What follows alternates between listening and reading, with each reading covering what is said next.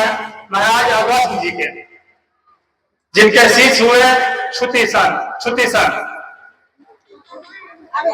एक बार की बात है, जब छुतीसन जी और महाराज अगस्त जी दोनों साथ में रहते थे, गुरु जी अगस्त जी अपने भजन ध्यान अपने शालिग्राम भगवान की सेवा करते और नित्य क्रिया जो हमारे साधु संत के होता है, पूजा करना, भजन करना, कीर्तन करना, भोग लगाना, जितने भी क्रिया साधु संत की होता है वो सिर्फ परमात्मा के प्राप्ति के लिए होता है। जब तक जिंदगी है तो आदमी को जीना पड़ता है।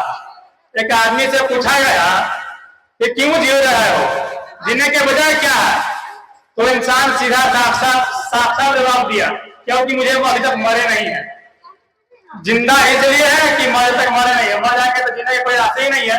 तो जब तक हम जिंदा है या साधु संत कोई भी व्यक्ति धरती पर जिंदा है तो उसको कर्म करना ही होता है, या कोई परमात्मा के लिए करे, या कोई धन संपत्ति के लिए करे, या कोई अपने बड़े लक्ष्य प्राप्ति के लिए करे, परंतु आदमी को अपना कर्म करना ही पड़ता है।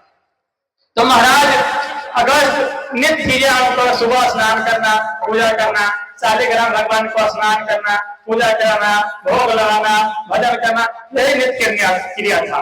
एक बार महाराज अगस्त जी को आमंत्रण दूसरे गांव से आ गया, दूसरे धाम से आया कि महाराज आपको निमंत्रण है, भंडारा में आना है, और दूरी था वो स्थान।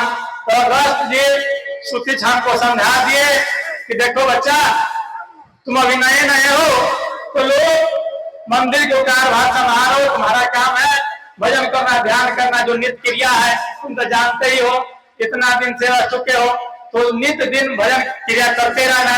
जब तक हम 5-6 दिन में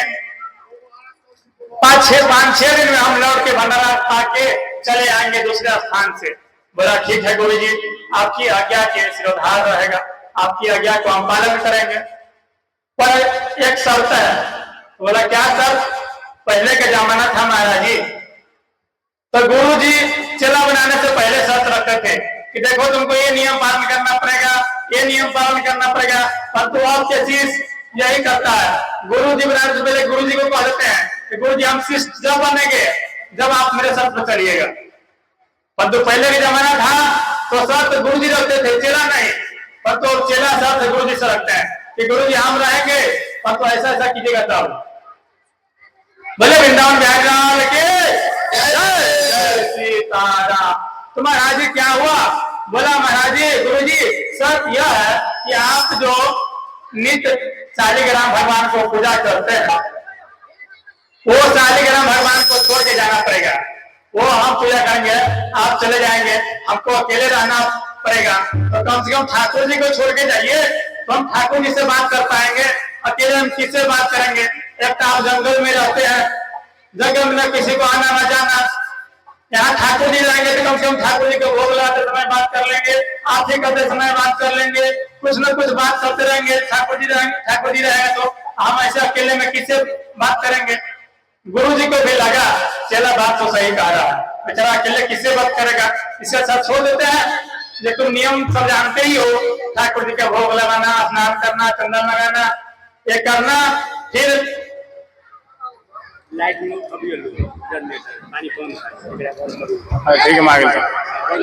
तो बोला ठीक है जे हम जाते हैं शालिग्राम भगवान लोग पूजा करना।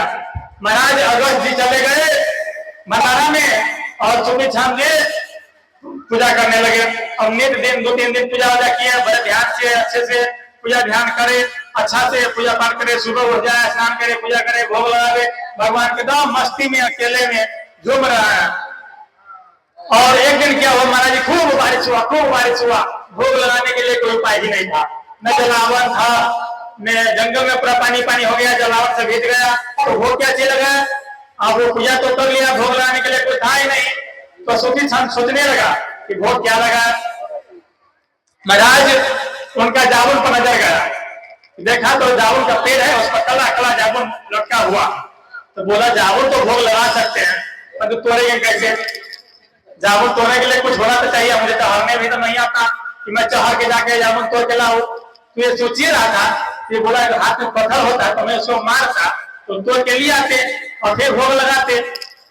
बोला तो दिमाग में तो उनको विचार आया और ठीक तो है पर तो पत्थर कहाँ सुखना बना रहा है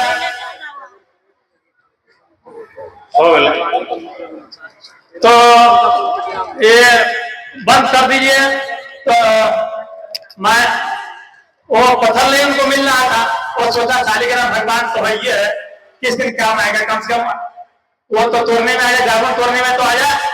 दो शालिग्राम भगवान को उठाया, फिर बोला शालिग्राम हम तोड़ के जामुन तोड़ के फिर हम उनको अभी कर देंगे, जिसमें रख देंगे, भोग ला देंगे। उनको खाना तो उन्हीं को है, सिर्फ मुझे ही थोड़ी नहीं खाना, मुझे खाना भगवान को भी खाना है, इसलिए तो भगवान को भी मेहनत करना पड़ेगा। सुखीक्षण साधारण इंसान की तरह सोचते थे, इतना महान इंसान बनना थे, वो सब समझते थे कि बिल्कुल भगवान मेरे पास है, मेरे फ्रेंड है, मेरा दोस्त है, इस प्रकार से वो सोचते थे और उनको पास जाते थे। वो तुरंत शालिग्राम भगवान को उठाया, दे मारा जामुन को, महाराज जी जामुन तो गिर गया परंतु शालिग्राम भगवान नहीं मिला। यही होता है हम सबके अंदर, जब इंसान के अंदर फल की इच्छा जब जाग जाए, जब हम पूजा कर रहा है, ध्यान कर रहा है, भजन कर रहा है, संत को सेवा कर रहा है, 50 रुपया दान दे रहा है, परंतु उसके अंदर जब हम दान करने के बाद हमारे जब अंदर इच्छा जग जाए कि हम 50 रुपया दान बाबा तो किए हैं, परंतु हमारे सुख संपत्ति बढ़ जाए, हमारे घर में संपत्ति बढ़ जाए, हमारी बीमारी खत्म हो जाए, जब आप 50 रुपये दान किए, आपके अंदर जब इच्छा जागा उसी समय वो पुण्य नष्ट हो गया महाराज जी। ताकि जब तक आपके अंदर कोई ठीक है इच्छा रहेगा तो आप संतुष्ट नहीं रहेंगे। इच्छा जब महाराज जी बड़े बड़े संत को आप देखिएगा, जब जंगल में चले जाते हैं उनको क्या होता है कि संसार को जो हम चाहते हैं वो छोड़ के चले जाते हैं, इसलिए क्योंकि उनको वो चीज नहीं चाहिए, उनको परमात्मा चाहिए। जब परमात्मा मिल जाता है तो महाराज जी दुनिया के कोई चीज के सारा संसार फीका पड़ने लगता है। तो महाराज जी क्या हुआ, जब भगवान तो उनको फल तो दे दिए पर तो खुद गायब हो गए। जब जीव फल की इच्छा करने लगता है तो भगवान धन संपत्ति दौलत बढ़िया शरीर तो दे देते हैं पर तो खुद बेपता हो जाते हैं। तो महाराज जी उनको साथ भी यही हुआ, भगवान चले गए, हेरा गए शालिग्राम भगवान। और सुखी संत जी को टेंशन हुआ, क्या करे, शालिग्राम भगवान हेरा गया, खोजने के बाद शालिग्राम भगवान क्या खोजे। फिर दिमाग में एक विचार आया, शालिग्राम भगवान जामुन बिल्कुल एक तरह दिखता है, शालिग्राम भगवान भी कल रहा और जामुन भी कल रहा, तो क्यों ना शालिग्राम भगवान की जगह हम जामुन भी रखे, पूजा करें। भगवान गुरु जी को नहीं पता चले, 2-3 दिन के बाद पता चलेगा तो पिटाएगा नहीं, उतना शांत हो जाएगा।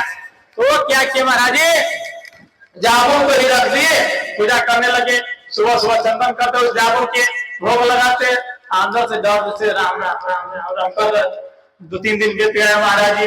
उधर से पहुंच चले आए वो महात्मा अगस्त जी, अब उनको पूजा करने गए। आप सुबह में आए, शाम को आए, सुबह शाम को आए, रात भर आराम किए, कल सुबह होके वो अपना नियम पर चले गए, पूजा करने गए। बोला शालिग्राम भगवान के आज हम चल आए हैं स्थान पर, हम खुद ही पूजा करेंगे। तो गया मंदिर में महाराज जी पूजा करने के लिए, तो भगवान को उठाया और थाली में रख के शालिग्राम भगवान का स्नान कराया जाता। तो स्नान कराने के लिए रखा और उसमें ऊपर से जल समर्पयामि, चंदन समर्पयामि, फूल समर्पयामि, इस प्रकार से मंत्र संत लोग बोलते हैं, भक्त लोग बोलते हैं। उनको बोल रहे थे अगस्त जी, समर्पयामि समर्पयामि समर्पयामि बोल रहे थे। और रुमाल उठा के उनको भगवान को जब आदमी स्नान कर लेता है तो देह पोछता है कपड़ा से, इसलिए भगवान को भी कपड़ा से देह पोछने के लिए वो कपड़ा से उठाए। और जामुन वो था, उसको तभी पोछा, रुमाल लगाया और उसको ऐसे पोछा, महाराज जी उसका छिलका निकलने लगा। ये क्या हुआ, जामुन के छिलका क्यों निकलने लगा? महाराज जी बोले सुखी छान किधर गया रे, इधर आओ। ऐसे जोर से वो लगाया, समझ गया कि गुरु जी क्यों बुला रहा, पर तू बेचारा क्या करे, गुरु जी के आदेश से बुला रहा है तो जाना ही पड़ेगा। तो सुखी छान गए, बोला जी महाराज तो ये क्या कर दिया। बोला गुरु जी हम आप जैसे ही बताए थे नियम, प्रत्येक दिन हम उसी तरह पूजा करते थे, पुनि पुनि चंदन, पुनि पुनि जल, पुनि पुनि चंदन, पुनि पुनि जल। ठाकुर जी गल गए तो हम की करूं, ठाकुर जी हम तो पुनि पुनि चंदन जल से स्नान करवे करियो, पर ठाकुर जी गल के हम की करियो। तो ठाकुर जी गल गया, हमको नहीं पता कहां चला गया। बाद में पूरा कहानी बताया कि गुरु जी ऐसे ऐसे हुआ, बारिश हुआ, जब भोग लगाने की कोई व्यवस्था नहीं था तो मैंने जामुन शालिग्राम भगवान से ही तोड़ लिया, वो बिला गया, शालिग्राम भगवान भाग गया, हेरा गया, जामुन को तोड़ाया। तो मैंने सोचा सालिग्राम भगवान मानकर मैं जाऊं के ही पूजा कर लूं, तो पूजा इसलिए कर रहा था। अब अगस्त जी आवेश में आ गए, गुस्सा में आ गए कि तुम ये क्या कर दिए, मेरे जीवन के संपत्ति जो मैंने बच्चे से आज तक तपस्या करता रहा, जिस भगवान के लिए, परमात्मा के लिए आज तक मैंने उम्र गुजार ली, इसके चलते इस पत्थर को चोट लगता था तो मुझे चोट लगता था, इसको आंख में आंसू आता था तो मेरे आंख में आंसू आता था, मेरे हीरे को टुकड़े को तूने गवा दिया। तुम जाओ मेरे सामने से, तो सामने जब आना जब परमात्मा तुम्हारे पास हो, परमात्मा के दर्शन करा सको तो मेरे पास आना, नहीं तो नहीं आना। महाराज जी ये बात सुन के सुखी क्षण रह गए, शांत हो गए, रोने लगे। महाराज जी क्या करें गुरु जी, मेरे कोई उपाय न सुझा, उस समय मेरी कोई गलती नहीं था, परंतु बोला गुरु जी मेरा आज्ञा से उद्धार है, आपकी जो आज्ञा है मैं मानता हूँ, मेरा जीवन जब तक रहेगा, मेरा शरीर के अंदर नस में खून के टुकड़ा सा भी रहेगा, मैं जब तक जिंदा रहूंगा सिर्फ इसलिए जीऊंगा कि मुझे एक दिन गुरु जी को परमात्मा से मिलाना है। मेरा अंदर कोई दूसरा कोई उद्देश्य नहीं होगा, मेरा कोई दूसरा इच्छा नहीं होगा, सिर्फ एक इच्छा रहेगा कि मुझे मिलाना है तो गुरुदेव को परमात्मा से मिलाना है। मैं जब तक वो नहीं दिखा सकता, गुरु जी के पास नहीं जा सकता, जब तक हम परमात्मा का पान न लो और गुरु जी को पवा न दो। महाराज जी मैं यही सोचकर आज अपना संकल्प करता हूँ कि जब तक आप परमात्मा के पान नहीं लूंगा, परमात्मा के मना नहीं लूंगा कि मेरे गुरु जी को दर्शन दे दो, तब तक मैं आपको मुंह नहीं दिखाऊंगा।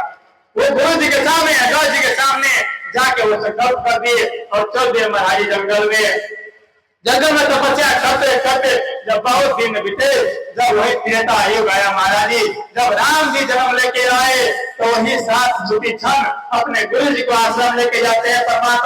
परमात्मा के सारा संसार देखा हुआ, उसको दिखाने के कोई जरूरत नहीं है, परंतु परमात्मा को, भक्त को, भगवान को रास्ता आगे सूती क्षण चल रहे हैं, पीछे पीछे राम जी लक्ष्मण जी सीता जी चल रहे हैं, परमात्मा को रास्ता दिखाते जा रहा है कि हम आपको संत को मिलाते हैं, अपने गुरुदेव से मिलाते हैं। और गया और गुरु जी के चरणों में लेट गया कि गुरु जी मैं आपको आदेश को पालन किया, अपने संकल्प को पूरा किया, मेरे जिंदगी में जब तक सांस था सिर्फ एक ही उद्देश्य था कि गुरु जी को परमात्मा से मिलना है।